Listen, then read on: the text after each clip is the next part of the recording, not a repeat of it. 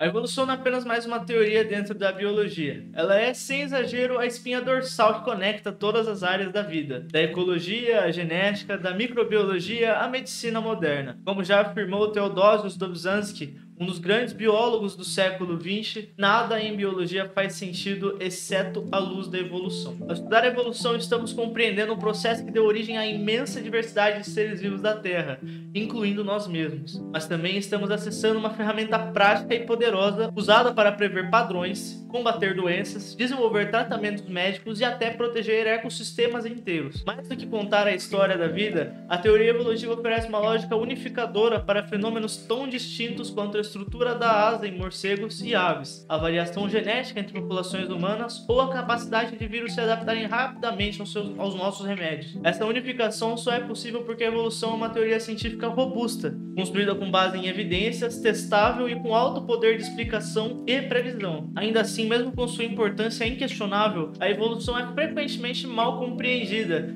e, em alguns contextos, até mesmo rejeitada. Parte disso se deve à confusão entre ciência e crença, e parte por não compreendermos que evolução não é uma opinião sobre a origem da vida, mas sim um conjunto de mecanismos observáveis sobre como as espécies mudam ao longo do tempo. E hoje eu vou estar aqui com uma convidada especial, a Maria Eduarda, do curso de Bacharelado em Biologia da UFSCar.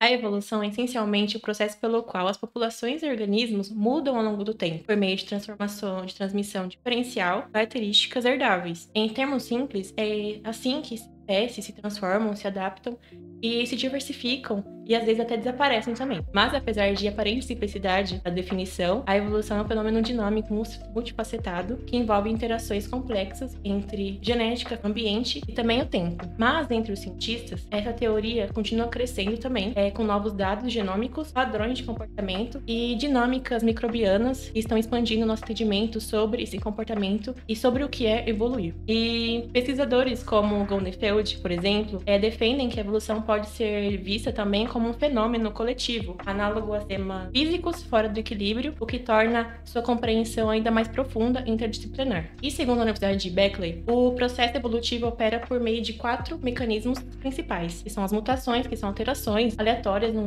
material genético, como o DNA, que variam a variabilidade, que é a matéria-prima da evolução também. E a seleção natural, que é o mecanismo descrito por Darwin, no qual as características que aumentam a sobrevivência ou reprodução tendem a se espalhar na população. E a deriva genética, que são mudanças aleatórias nas frequências genéticas, especialmente impactantes em populações pequenas, e o fluxo gênico, que introduz de novos genes por migração entre as populações. A partir da combinação desses fatores, surgem adaptações, estruturas complexas e comportamentos sociais, tudo sem necessidade de um projetista. Como afirma o John Maynard Smith, em Theory of Evolution, o que parece ser um design intencional em organismos vivos é, na verdade, um resultado acumulado de incontáveis ciclos de variações e seleção ao longo de milhões de anos. Então, a evolução não significa apenas a mudança, significa divergência. Então, com o tempo, populações podem se isolar reprodutivamente falando, e acumular essas diferenças genéticas e formar novas espécies e assim se diferenciando, em um processo chamado de especiação. E é por isso que todas as formas de vida, mais que diferentes que sejam, elas compartilham ancestrais comuns em algum ponto da árvore da vida, chegando a um ancestral comum entre todas, que seriam, através de informações dos registros fósseis, a genética molecular e a embriologia comparada, que fornecem evidências robustas dessas relações e nos mostram que a diversidade atual é apenas uma fração da biodiversidade que já existiu. Então, um erro comum é achar que, por ser chamada de teoria, a evolução seria apenas uma hipótese, uma opinião. Mas, na ciência, teoria significa um ponto coerente de conhecimento testado, então confirmado por observações e capaz de fazer previsões precisas. Assim como a teoria atômica explica a estrutura da matéria e a teoria gravitacional explica o movimento dos corpos, a teoria da evolução explica a dinâmica da vida. E assim como essas outras teorias, a evolução não é opcional. Ela é mais que uma explicação disponível com base de todas as evidências orgânicos até hoje. Então, ainda segundo os materiais da Universidade de Berkeley e o Main Smith, é importante desfazer algumas ideias erradas. Então, a evolução não é um progresso. Os organismos não evoluem para melhor, assim, mas sim para se ajustar ao ambiente atual em que se encontram. E evolução não é planejada. Então, não há metas, não é intencional. A seleção atua sobre algo que existe e ela é ao acaso. E os seres humanos, né, não estão no topo da evolução. Então, somos apenas uma entre milhões de espécies que estamos sujeitos a esses mecanismos evolutivos e os demais seres vivos. Então, a evolução, portanto, é um processo natural, dinâmico e contínuo também, que opera todas as formas de vida. E entendê-la é essencial para compreender como a vida se transforma, como resistir a doenças, também como surgem novas espécies e por que compartilhamos tanto.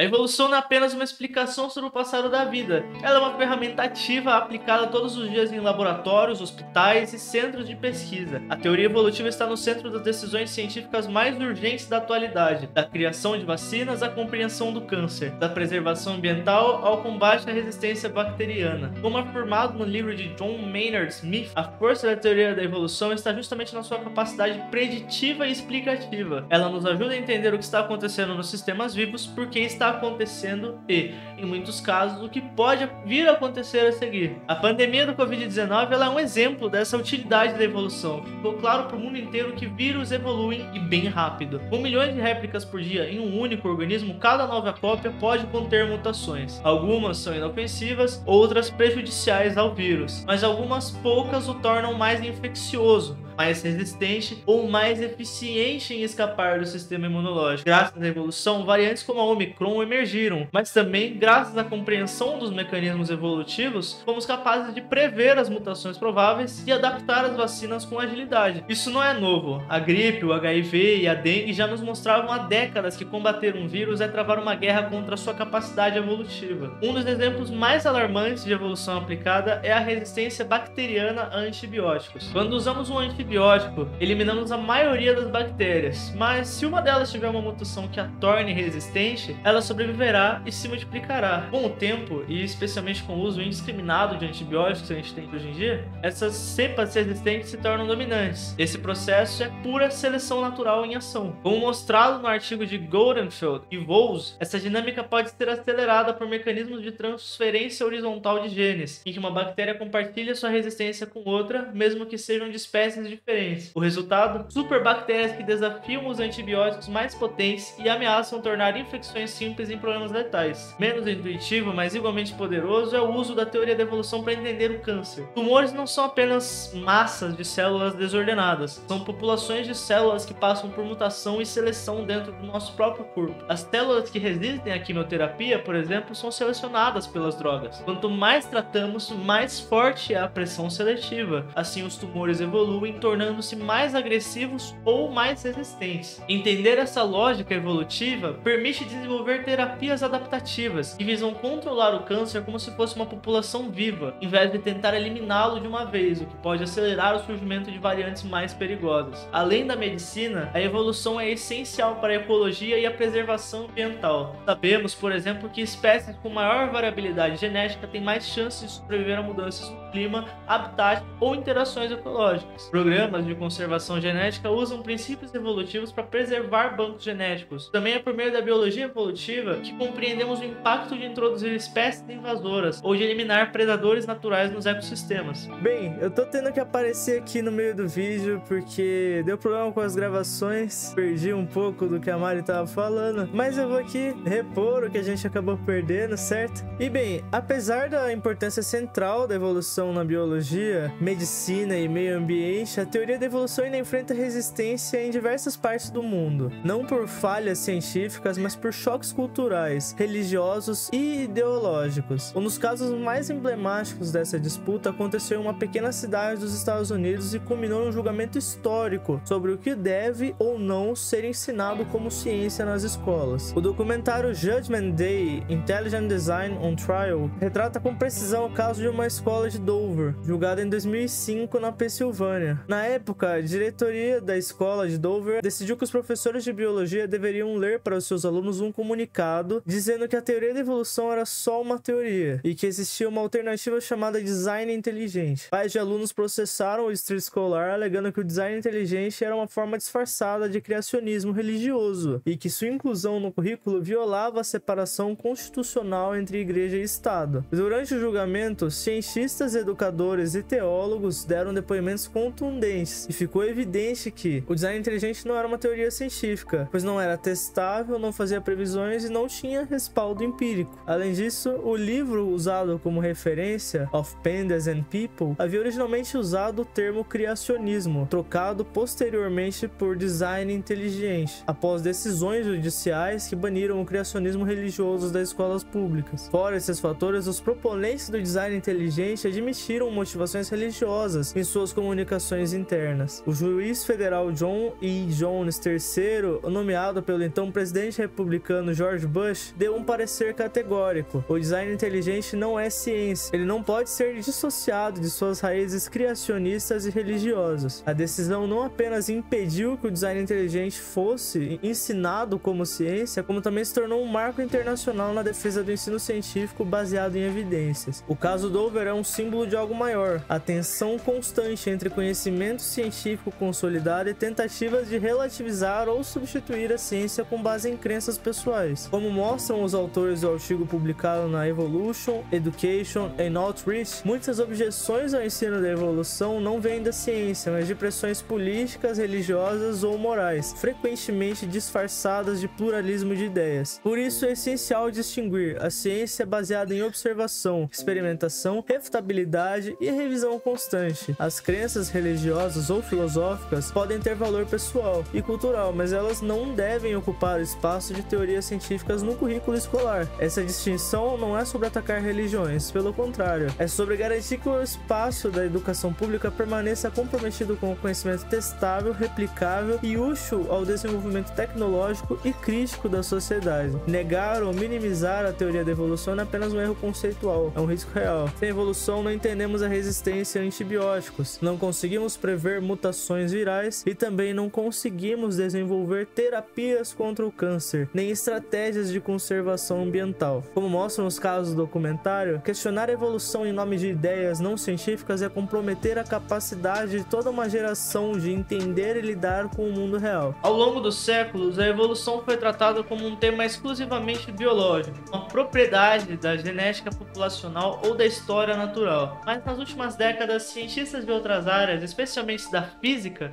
começaram a levantar uma questão provocadora. Será que a evolução é, no fundo, um fenômeno físico? Essa ideia ela é explorada por Carl Woese e Nigel Goldenfeld no artigo Life is Physics. Eles defendem que os processos evolutivos não podem mais ser compreendidos apenas como a soma de mutações e seleção, mas sim como fenômenos coletivos, dinâmicos, complexos e interconectados, características típicas de um sistema físico que está fora de equilíbrio. Por exemplo, micro-organismos não apenas evoluem, mas interagem coletivamente, trocam genes, se comunicam e formam colônias organizadas com divisão de trabalho. As pressões seletivas, elas não atuam apenas no nível do indivíduo, mas também em redes ecológicas, populações independentes e até em ecossistemas inteiros. Tudo isso sugere que a evolução pode ser compreendida também como um processo emergente, onde o comportamento do todo não é previsível, apenas observando as partes isoladas, um conceito central na física da complexidade. Os autores do artigo propõem que a física pode ajudar a responder perguntas que a biologia tradicional evita ou não consegue formalizar, como: a vida surge de sistemas químicos inanimados? Quais as leis gerais que regem os sistemas vivos em evolução? A existência da vida é apenas uma contingência ou consequência inevitável de certos princípios físicos? Essas reflexões não invalidam o que já sabemos. Pelo contrário, elas ampliam o horizonte teórico, convidando a pensar a evolução não como um capítulo da biologia, mas como uma lei natural e fundamental da natureza. Esse tipo de pensamento aproxima a ciência e filosofia.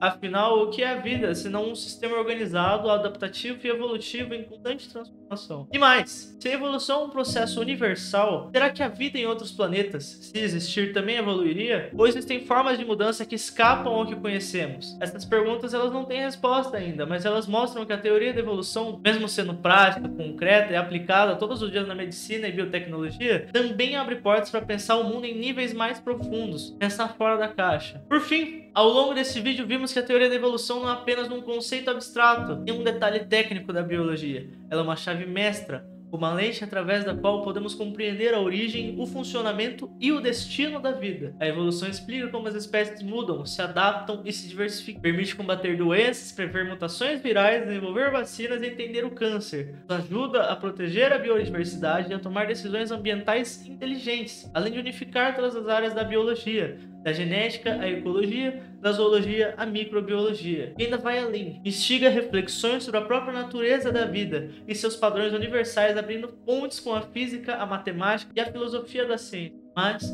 apesar disso, a evolução é contestada e distorcida, principalmente por interesses ideológicos e religiosos que tentam colocá-la no mesmo nível de crenças pessoais, como vimos no caso do julgamento de Dover. Por isso, mais do que explicar a evolução, é necessário defendê-la, não por arrogância acadêmica, mas porque o conhecimento científico é o que nos permite enfrentar as grandes crises do presente e construir soluções para o futuro. Negar a evolução é fechar os olhos para a resistência dos antibióticos, a dinâmica das pandemias, a adaptação climática e até mesmo os avanços em medicina personalizada e biotecnologia. A ciência ela não é perfeita, mas ela se corrige, ela evolui, testa e melhora. É justamente essa honestidade intelectual que torna ela mais confiável do que qualquer doutrina inflexível. Em última análise, entender a evolução é também entender como as formas de vida mudam e, em certa extensão, por que estamos aqui. É por isso que a evolução não deve ser vista como uma ameaça, mas como uma conquista do pensamento humano, uma ponte entre o passado e as possibilidades infinitas que a gente tem pelo futuro. Bem, eu espero que você tenha gostado desse vídeo. Foi um vídeo que eu já estava pensando faz um bom tempo. Espero que tenha ficado legal. Trouxe a participação da Maria aqui também. Espero que vocês tenham gostado do vídeo, que tenha sido um bom momento, que você tenha aprendido com esse vídeo. E se você gostou,